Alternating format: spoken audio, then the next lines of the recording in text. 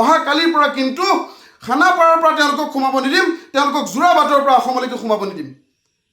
এক ইঞ্চিও তেওঁলোকক আমি সোমাব নিদিম। প্ৰয়োজন হ'লে মুখ্যমন্ত্ৰী ডাঙৰীয়াই যদি আমাক জেলত দিয়ে, জেলো খাম, গুলি মাৰিলে গুলিও খাম। মেঘালয়ৰ ওপৰত মেঘালয়ৰ এই চালকসকলৰ বৰ্বৰতা কেতিয়াও আমি সহ্য নকৰোঁ। আমাৰ স্থিতি স্পষ্ট। প্ৰতিবাৰতে আমাৰ প্ৰতি অন্যায় হৈছে, যেতিয়াই পায় তেতিয়াই তেওঁলোকে আক্ৰমণ কৰে। আমি মৌন হৈ থাকিব লাগে। তেজ আমাৰ গাত আছে নে নাই মুখ্যমন্ত্ৰী ডাঙৰীয়া? আমিও অসমীয়াৰ সন্তান। চুৰ ডকেট কৰিব জনা আমি একোখন বাণিজ্যিক বাহন চলাই স্বাভিমানেৰে জীয়াই থাকিবৰ কাৰণে গৈছোঁ। তাৰ অৰ্থ এইটো নহয় যে মেঘালয়ত আমি পিটন খাম, তাৰ পাছত আমি মূৰ তল কৰি জীয়াই থাকিম। আপুনি যদি ব্যৱস্থা লৈ লওক। আমি এটা স্পষ্ট দাবী জনাইছোঁ, মেঘালয়ৰ মুখ্যমন্ত্ৰী ডাঙৰীয়া আৰু পৰিবহণ মন্ত্ৰী ডাঙৰীয়াই সমূহ অসমবাসীৰ ওচৰত অতি শীঘ্ৰে ক্ষমা বিচাৰক যে অসমীয়া চালকসকল মেঘালয়ত সুৰক্ষিত নহয়।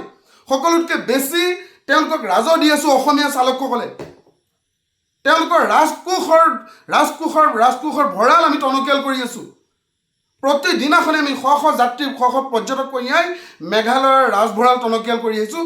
তাৰ পাছতো মেঘালয়ৰ সেই চালকসকলে, মেঘালয়ৰ একাংশ মানুহে অসমীয়া বুলি ক'লে যিটো এটা দৃষ্টিভংগী দিয়ে, এই দৃষ্টিভংগীটোত আমাক নিজকে বেয়া লাগে অসমীয়া বুলি ক'বলৈ। আমি তাত অসুৰক্ষিত অনুভৱ কৰোঁ। স্বাধীন দেশৰ নাগৰিক হৈও আজি মেঘালয়খনত আমি ভয়কৈ যাব লাগে। আমি চুৰ কৰিব গৈছোঁ, ডকাইত কৰিব গৈছোঁ নেকি? মুখ্যমন্ত্ৰী ডাঙৰীয়াক সুধিছোঁ। মই প্ৰথম মোৰ মুখ্যমন্ত্ৰী ডাঙৰীয়াজনক প্ৰশ্ন কৰিছোঁ, মেঘালয়ত যে পৰ্যটক লৈ যাওঁ তাত আমি চুৰ কৰিব যাওঁ নে ডকাইত কৰিব যাওঁ? পৰ্যটক চালকসকলক সুৰক্ষিত কৰাৰ ব্যৱস্থা আজি দেশলৈকে আপুনি ল'ব কিয় নোৱাৰিলে? আমাক জীয়াই থকা আমাৰ নিশ্চয়তাটো আপুনি প্ৰদান কৰিব পৰা নাই।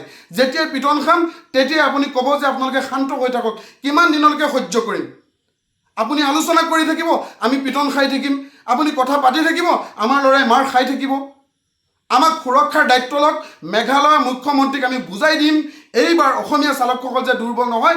মেঘালয়ৰ মুখ্যমন্ত্ৰী আৰু পৰিবহণ মন্ত্ৰীয়ে অসমবাসীৰ ওচৰত ক্ষমা খুজিব লাগিব। আৰু যিসমূহ গাড়ী আজি তাৰিখত ক্ষতিগ্ৰস্ত হ'ল, এই ক্ষতিগ্ৰস্ত বাহনসমূহ তাৎক্ষণিকভাৱে তেওঁলোকে সম্পূৰ্ণ ভাল কৰি দিয়াৰ ব্যৱস্থা আৰু দায়িত্ব তেওঁলোকে ল'ব লাগিব। অন্যথা আমি সহ্য নকৰোঁ। আমাৰ স্পষ্ট বাৰ্তা, মেঘালয়ৰ কোনোবা এটা সংগঠনে ৰাজপথেৰে প্ৰতিবাদ কৰি গৈ আছিলে। ঠিক তেনে সময়তে তেওঁলোকে যিসমূহ অসমৰ বাহন দেখিছে, সেই বাহনসমূহৰ ওপৰত তেওঁলোকে উপযোগ কৰি আক্ৰমণ কৰিছে। তেওঁলোকে বাহনসমূহ এফালৰ পৰা ভাগি চুৰমাৰ কৰি দিছে। এয়া মেঘালয়ৰ প্ৰথমটো ঘটনা নহয়।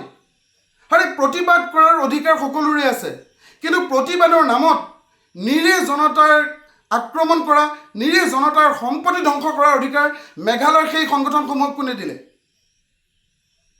এইটোৱেতো প্ৰথম ঘটনা নহয়। আপোনালোকে দেখিছে যে আমি বিভিন্ন সময়ত মেঘালয়লৈকে যেতিয়া যাত্ৰী কঢ়িয়াই লৈ যাওঁ, তাত আমি শাৰীৰিকভাৱে কেতিয়াবা মানসিকভাৱে অপদস্থ হওঁ, কেতিয়াবা আমাৰ গাড়ী ভাঙে, কেতিয়াবা টায়াৰ পামচাৰ কৰি দিয়ে। এই কথাসমূহ আমি অসম চৰকাৰকো জনাইছোঁ, মেঘালয় চৰকাৰকো জনাইছোঁ। কিন্তু আজিৰ তাৰিখলৈকে অসম চৰকাৰ আৰু মেঘালয় চৰকাৰে এটা সুস্থ আলোচনা কৰি এটা সিদ্ধান্তত উপনীত হ'ব নোৱাৰিলে। চালকসকলৰ নিশ্চিত নিৰাপত্তাৰ ব্যৱস্থা কৰিব নোৱাৰিলে। আমাৰ শ্ৰদ্ধাৰ মুখ্যমন্ত্ৰীগৰাকী নেডাৰ আহ্বায়ক, তেওঁ উত্তৰ পূৰ্বাঞ্চলৰ সকলোতকৈ শক্তিশালী নেতা বুলি নিজক কথাই প্ৰতি প্ৰমাণ কৰে। আমি সন্মানীয় মুখ্যমন্ত্ৰী ডাঙৰীয়াক প্ৰশ্ন কৰিব বিচাৰিছোঁ যে যিসকল পৰ্যটক আহে, এই পৰ্যটকসকলক মেঘালয় লৈ যোৱাৰ এইটো আমাৰ অপৰাধ নেকি? কওক মুখ্যমন্ত্ৰী ডাঙৰীয়া। আমাৰ নিৰাপত্তাৰ ব্যৱস্থা ক'ত? আমাৰ নিৰাপত্তাৰ বাবে আপুনি কৰিছে কি? যেতিয়া আমি প্ৰতিবাদ সাব্যস্ত কৰিব যাওঁ, তেতিয়া আমাৰ মুখ্যমন্ত্ৰী ডাঙৰীয়াই আমাক কয় যে মেঘালয়ৰ সৈতে যুঁজিলে তেওঁলোকে আৰু শক্তিশালী হ'ব, তেওঁলোকে আমাক আক্ৰমণ কৰিব, গতিকে আমি প্ৰত্যাক্ৰমণ কৰিব নালাগে। আমি প্ৰত্যাক্ৰমণ কৰিব নিবিচাৰোঁ। আমাৰ সৰলতাটো, আমাৰ ধৈৰ্যতাটো আমাৰ কাপোৰশালী নহয়। আমি অসমীয়াই সদায় শান্ত স্বভাৱৰ হয়। আমি মিলা প্ৰীতিৰে এই ব্যৱস্থাটোৰ লগত জড়িত হৈ জীৱন আৰু জীৱিকা চলাই ৰাখিব বিচাৰোঁ। যুদ্ধ কৰা আমাৰ উদ্দেশ্য নহয়। কিন্তু প্ৰতিবাৰতে মাৰ খাম, প্ৰতিবাৰতে সহ্য কৰিম, ঠিক তেনেকুৱা কাপোৰখো নহয়। মুখ্যমন্ত্ৰী ডাঙৰীয়া, মই প্ৰথমে আপোনাক কৈছোঁ, তাৎক্ষণিকভাৱে এই ব্যৱস্থাৰ কাৰণে যদি আপুনি এটা সুস্থ মীমাংসা কৰিব পাৰে কৰক, অন্যথা আমি